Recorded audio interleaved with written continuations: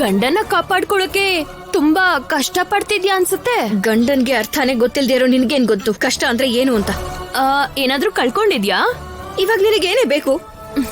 ನೀನ್ ಪಡೋ ಟೆನ್ಷನ್ ನೋಡ್ಬೇಕು. ಇಲ್ಲಿ ಇಟ್ಟಿದ್ದ ದುಡ್ಡನ್ನ ನೀನೇನಾದ್ರು ತಗೊಂಡ್ಯಾ? ಯಾವ ದುಡ್ಡು? ಓ, ಕಾಣಿಸ್ತಾ ಇಲ್ವಾ? ನಾನೇನ್ ನಿನ್ ಗಂಡನ್ ತರ ದುಡ್ಗೋಸ್ಕರ ಕಳ್ತನ ಮಾಡ್ತೀನಿ ಅನ್ಕೊಂಡ್ಯಾ? ಅಶ್ಮಿತಾ,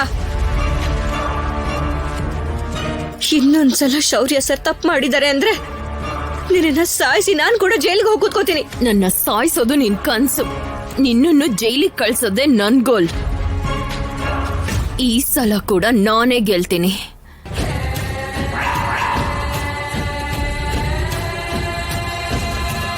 ಹೇಯ್, ಪೇಪರ್ ಲೀಕ್ ಮಾಡಿರೋದೆಲ್ಲ ನಿನ್ ಕೆಲ್ಸನೇ ತಾನೆ?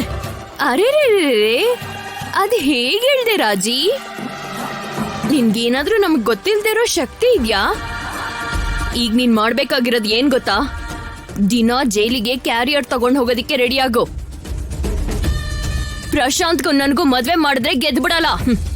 ನಿಮ್ಮಿಬ್ರನ್ನ ಬೀದಿ ಬಿಕಾರಿಗಳನ್ನ ಮಾಡಿದ್ರೇನೆ ನನ್ಗೆಲ್ಲ. ಅಶ್ಮಿತಾ, ನಿನ್ನ ಆವೇಶ ಪಡ್ಬೇಡ ರಾಜಿ. ನಿನ್ ಗಂಡನ್ ಹೇಗ್ ಕಾಪಾಡ್ಕೋಬೇಕು ಅಂತ ಯೋಚನೆ ಮಾಡು. ನಿನ್ ಕುತಂತ್ರಕ್ಕೆ ಅವ್ರನ್ನ ಬಲಿ ಆಗಕ್ ಬಿಡಲ್ಲ. ಅವ್ರನ್ನ ಮಹಾರಾಜನ್ ಹಾಗೆ ಹೊರಗಡೆ ಕರ್ಕೊಂಡ್ ಬರ್ತೀನಿ, ನೋಡ್ತಾ ಇರು.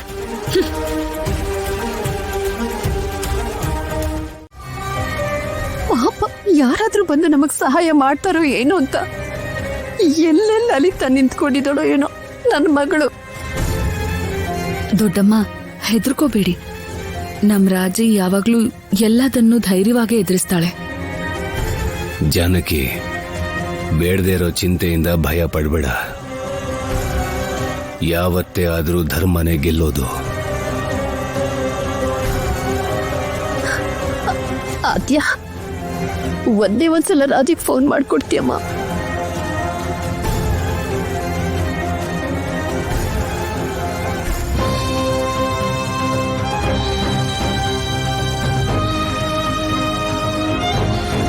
ಇದೆಲ್ಲ ತುಂಬಾನೇ ಕಾಂಪ್ಲಿಕೇಟೆಡ್ ಕೇಸ್. ಸ್ಟೂಡೆಂಟು ಸಾವು ಬದುಕಿನ ಮಧ್ಯೆ ಇದ್ದಾನೆ. ಸೊ ಡಿಪಾರ್ಟ್ಮೆಂಟ್ ಅವರು ತುಂಬಾ ಸ್ಟ್ರಾಂಗ್ ಆಗಿ ಕೇಸ್ ಫೈಲ್ ಮಾಡಿದ್ದಾರೆ.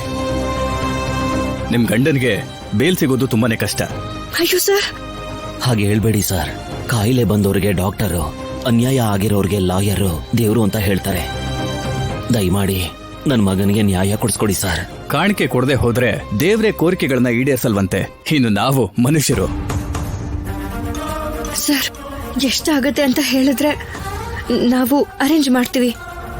ಸ್ಟೂಡೆಂಟ್ ಕೇಸ್ ಅಲ್ವಾ, ಒಂದು 10 ಲಕ್ಷ ಆಗತ್ತೆ. 10 ಲಕ್ಷನಾ? 10 ಲಕ್ಷನಾ ಸರ್? ದೊಡ್ಡ ಕೇಸ್ ಅಲ್ವೇನ್ರಿ, ಅಷ್ಟಾಗೇ ಆಗತ್ತೆ. ಇಲ್ಲಾಂದ್ರೆ ನಿಮ್ಮಿಷ್ಟ. ಮಾವ, FIR ಫೈಲ್ ಮಾಡಿದ್ರೆ 14 ದಿವಸ ರಿಮೈಂಡ್ಗೆ ಹೋಗ್ಬಿಡ್ತಾರೆ. ಅಯ್ಯೋ ಅಯ್ಯೋ ಬೇಡ ಸರ್. ಅದೆಷ್ಟೇ ಕಷ್ಟಪಟ್ಟಾದ್ರೂ ನಾನು ದುಡ್ಡನ್ನ ಅರೇಂಜ್ ಮಾಡ್ತೀನಿ. ಒಳ್ಳೇದ್ರಿ.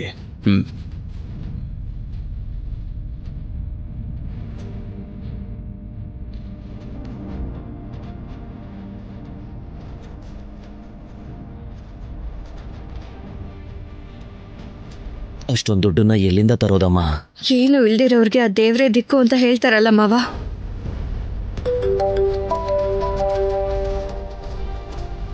ಆದ್ಯ, ರಾಜಿ ಎಲ್ಲಿದ್ಯಾ?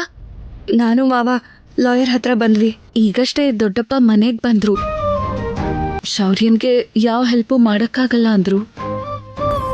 ಅಮ್ಮ ರಾಜಿ, ಅಡಿಯಂದ್ರನ ಬಿಡುಗಡೆ ಮಾಡಿಸಿ ಕರ್ಕೊಂಡ್ ಬರೋದಕ್ಕೆ ಏನಾದ್ರೂ ಅವಕಾಶ ಸಿಕ್ತಾ? ಹೊರಗಡೆ ಬರ್ಬೇಕು ಅಂದ್ರೆ 10 ಲಕ್ಷ ಕಟ್ಬೇಕು ಅಂತ ಹೇಳ್ತಿದಾರಮ್ಮ. 10 ಲಕ್ಷನಾ? ಪರವಾಗಿಲ್ಲ ದೊಡ್ಡಮ್ಮ, ನಾವು ಕಟ್ಟೋಣ. ರಾಜಿನ ಧೈರ್ಯವಾಗಿರೋದಕ್ಕೆ ಹೇಳಿ. ರಾಜಿ ನೋಡು, ಅವಳು ಹೇಳಿದ್ ಕೇಳಿಸ್ಕೊಂಡ್ಯಲ್ಲ. ಆ ದುಡ್ಡು ಎಷ್ಟೇ ಆಗಿದ್ರು ಸರಿ, ನಾನು ಅದಕ್ಕೆ ಏರ್ಪಾಡು ಮಾಡ್ತೀನಮ್ಮ. ನೀನು ಹೆದರ್ಕೋಬೇಡಮ್ಮ. ಇಲ್ಲ ಅಮ್ಮ. ಜಾನಕಿ, ಬನ್ನಿ ಸರ್, ಕೂತ್ಕೊಳ್ಳಿ.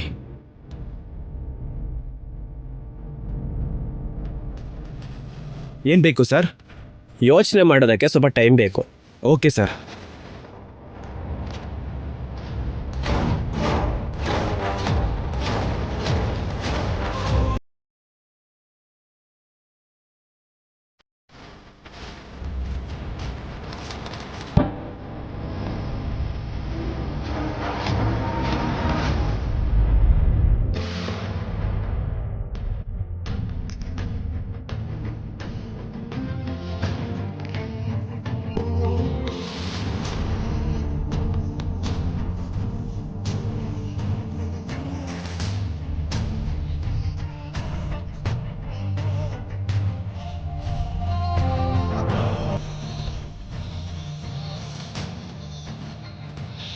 Okay okay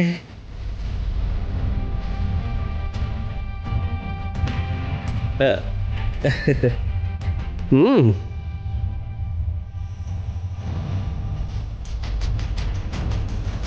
please